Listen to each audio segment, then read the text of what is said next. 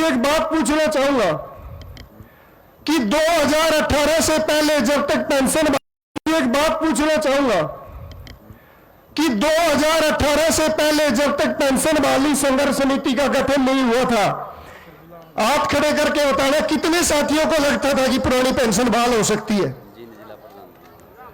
किसी को नहीं लगता था।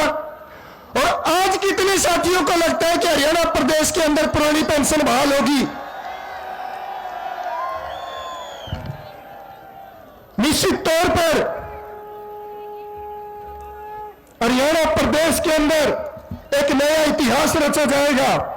हरियाणा प्रदेश के अंदर जिस मुद्दे को कहा करते थे कि इस मुद्दे को उठाने का फायदा नहीं है, यह तो मृत प्राय मुद्दा है, यह कभी बहाल नहीं हो सकता।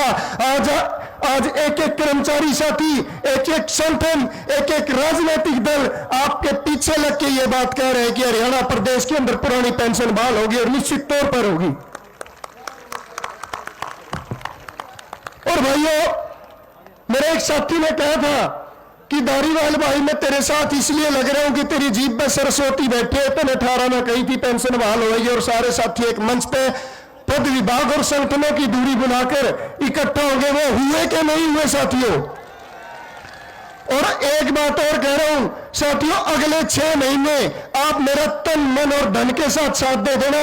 निश्चित तौर पर 6 महीने बाद आपकी पेंशन बहाल करवा के आपका छोटा भाई देगा।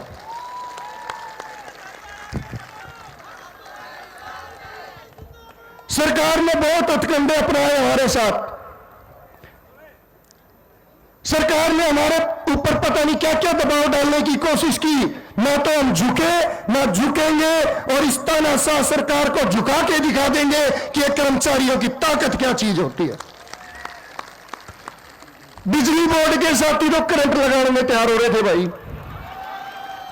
रोडवेज के साथी इनका चक्का जाम करने को तैयार थे, पीडब्ल्यूडी वाले भाई इनके घरों में इनके रोकने के तैयार थे, पब्लिक हेल्थ इनको पानी रोकने को तैयार था, मास्टर डंडा उठाए खड़े थे।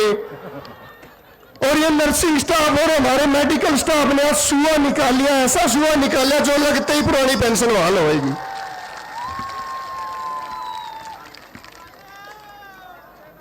मेरे भाई प्रदीप ठाकुर को आपने सुना, प्रदीप ठाकुर जी यहां पर हैं। इनके जितने भी हिमाचल में आंदोलन हुए उस प्रत्येक आंदोलन में मैं शामिल रहा था भाई के साथ, प्रदीप।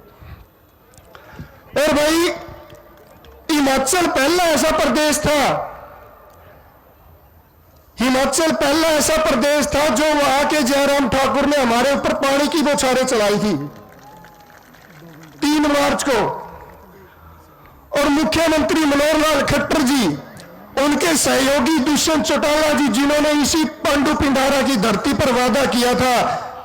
और यह धर्म कर्म की धरती है, यहां पर जो झूठा वादा करता है आने वाले समय में उसकी कभी औलादें भी सत्ता सुख भोगने का काम नहीं करेंगी।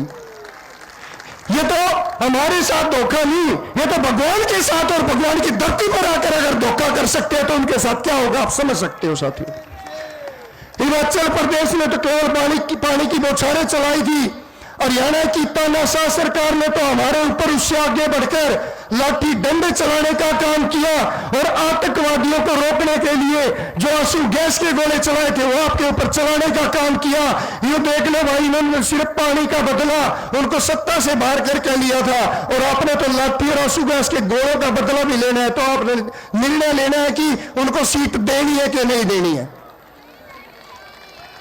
और जब तक, और मैं तो हमेशा कहता हूं हमारे कर्मचारी भाई तो हनुमान जैसे बने बैठे हैं। हनुमान अपनी ताकत भूल बैठा था और समंदर को लांघने से इनकार कर रहा था, तब जामवंत ने उनको बताया था कि आप समंदर को लांघ सकते हैं। उन्होंने अपनी ताकत को पहचाना और वही ताकत आप जो कर्मचारी भूल बैठे हैं आपने वो ताकत पहचान ली है और इस सरकार को भी उसकी पहचान करानी है साथियों।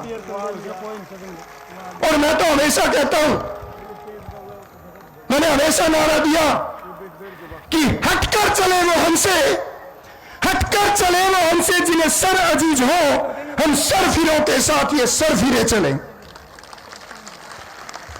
और पेंशन बहाली संघर्ष समिति ने 2018 से जो रिकॉर्ड खुद बनाया उसको तोड़ने का काम भी खुद किया। इस एकलव्य स्टेडियम को बहुत सारे राजनीतिक दलों की यहां पर रैलियां हो चुकी हैं और कुर्सियों पर रैली करते हैं और दावा करते हैं कि हम सत्ता परिवर्तन कर देंगे।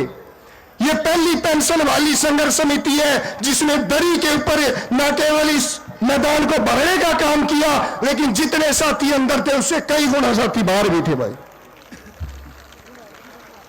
और ये कहते हैं कि जींद की धरती बदलाव की धरती है, यहां से बड़े बड़े आंदोलन शुरू हुए और बड़े बड़े बदलाव हुए और आज निश्चित तौर पर आज आपने नींव रख दी हरियाणा प्रदेश में एनपीएस से ओपीएस के बदलाव की कि जब 2018 में हमने पेंशन आंदोलन की शुरुआत की, हम हर विधायक के घर पर अपना ज्ञापन देते घूम रहे थे, हर सांसद के दरवाजे पर अपना ज्ञापन देते हुए घूम रहे थे।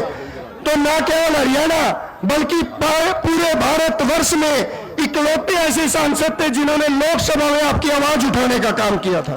उसके बाद भी जब भी हमारा कोई आंदोलन हुआ, अगर हमारी आवाज को लोकसभा से राज्यसभा और विधानसभा में किसी ने उठाने का काम किया वो तो भूपेंद्र हुड्डा जी हैं। साथ ही इस मंच के माध्यम से हरियाणा की इस गठबंधन सरकार को मैं चेतावनी देता हूं, या तो आने वाले कैबिनेट सत्र के अंदर पुरानी पेंशन नीति को बहाल करे, नहीं तो हरियाणा प्रदेश का एक एक कर्मचारी वोट फॉर ओपीएस की मुहिम चलाकर इस सरकार को सत्ता से बाहर करने का काम करेगा। साथ दोगे साथियों मेरा? कितने साथी हमारे साथ देंगे? तो नारा लगाइए, vote for OPS, vote for OPS, vote for OPS. साथियों आज आपने दूसरी बार शपथ ली है, हम तुम्हारे साथ हैं, हम तुम्हारे साथ हैं। पंचकुला में आपने पहले शपथ ली थी वोट फॉर ओपीएस की, आज अपने परिवार को, आज भगवान श्री राम को दोबारा साक्षी मानकर आपने शपथ ली है, तो उस शपथ के ऊपर कायम आप साथियों को रहना है साथियों।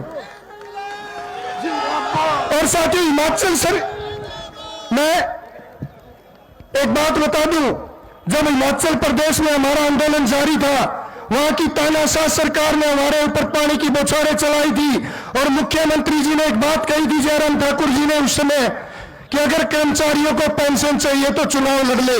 तो हमने एक बात कही थी, मुख्यमंत्री जी चुनाव तो हम नहीं लड़ते, चुनाव लड़वाने का काम करते हैं और अगर आपने पुरानी पेंशन बहाल नहीं की तो दोबारा सत्ता नहीं देख पाओगे। और उस पर हमारे कर्मचारियों ने मोहर लगाने का काम किया और वहां पर उस सरकार को बदलने का काम किया था। और एक बात और बता दूं, यह बात मैंने नहीं कही, कहीं ये समझते हो कि हमने खोखले दावे कर दिए। मेरे पास वीडियो है, जयराम ठाकुर जी ने पंचकुला में आके मीडिया के पत्रकार बंधुओं के सामने बात कही थी कि अगर मेरी सरकार गई तो केवल और केवल ओपीएस के मुद्दे पर गई।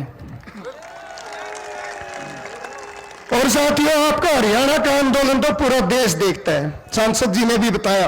हरियाणा का आंदोलन 24 राज्यों में हमारा संगठन है, संगठन का राष्ट्रीय मुख्य संगठन सचिव होने के नाते मैं हर प्रदेश में, देश के हर कोने में इस आंदोलन को बुलंद करने के लिए गया।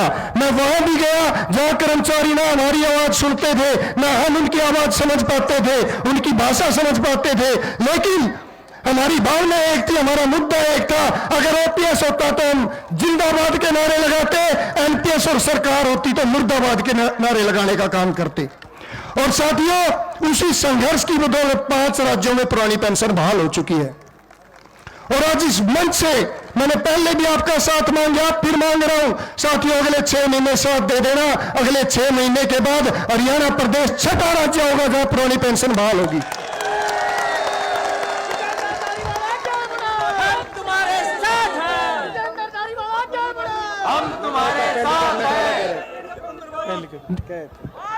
साथियों